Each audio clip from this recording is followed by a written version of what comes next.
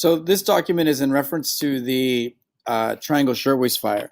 And so what it focuses on is this terrible tragedy that took place on March 25th, 1911 in New York City. And it's a firsthand account of what took place. And unfortunately, this event triggered a lot of reform movements in terms of factory reform and women workers. And a major reason why this event took place is because a lot of almost all the doors and windows were locked because they wanted to make sure that the young women stayed and worked. And so this is a firsthand account of what happened. It was done by a guy by the name of William G. Shepard, who lived close to the Washington Square Park. And so this is the incident. I was walking through Washington Square when a puff of smoke issuing from the factory building caught my eye.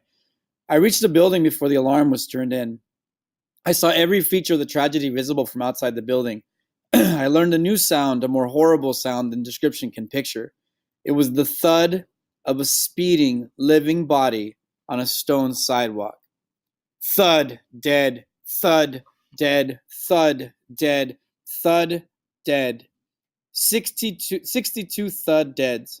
I call them that because the sound and the thought of death came to me each time, at the same instant.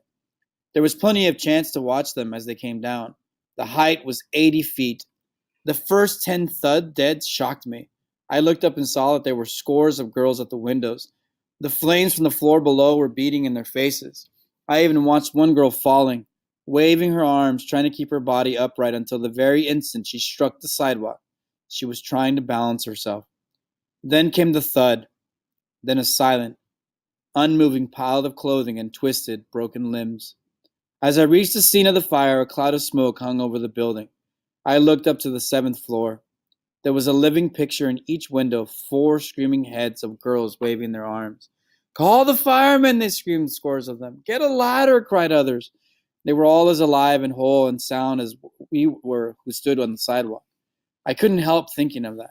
We cried to them not to jump. We heard the siren of a fire engine in the distance. "Here they come," we yelled. "Don't jump, stay there." One girl climbed into the window sash. Those behind her tried to hold her back. Then she dropped into space. I didn't notice whether those above watched her drop because I had turned away. Then came that first thud. I looked up. Another girl was climbing onto the windowsill. Others were crowding behind her. She dropped. I watched her fall, and again the dreadful sound. 2 windows away, 2 girls were climbing into the sill. They were fighting each other and crowding for air. Behind them I saw many screaming heads. They fell almost together, but I heard 2 distinct thuds. Then the flames burst out through the windows on the floor below them and curled up into their faces. The firemen began to raise a ladder. Others took out a life net, and while they were rushing to the sidewalk with it, 2 more girls shot down. Before they could move the net, another girl's body flashed through it. The thuds were just as loud, it seemed, as if there had been no net there. It seemed to me that the thuds were so loud that they might have been heard all over the city. I had counted them. Then my dulled senses began to work automatically. I noticed things that had not occurred to me before the notice. Little details that first shocked to blind me. I looked up to see whether those above watched those who fell. I had noticed that they did. They watched them every inch of the way down and probably heard the roaring thuds that we heard. As I looked up, I saw a love affair in the midst of all the horror. A young man helped the girl to the windowsill. Then he held her out, deliberately away from the building, and let her drop. He seemed cool and calculating. He held out a second girl the same way and let her drop. Then he held out a third girl who did not resist. I noticed that. They were as unresisting as if he were helping them into a streetcar instead of into eternity.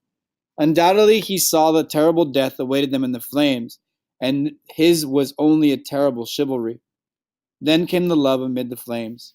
He brought another girl to the window. Those of us who were looking saw her put her arms about him and kiss him. Then he held her out into the space and dropped her. But quick as a flash, she was on the windowsill himself. His coat fluttered upward. The air filled his trouser legs.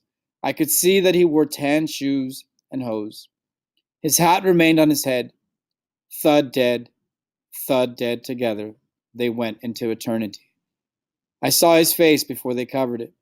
You could see in it that he was a real man. He had done his best.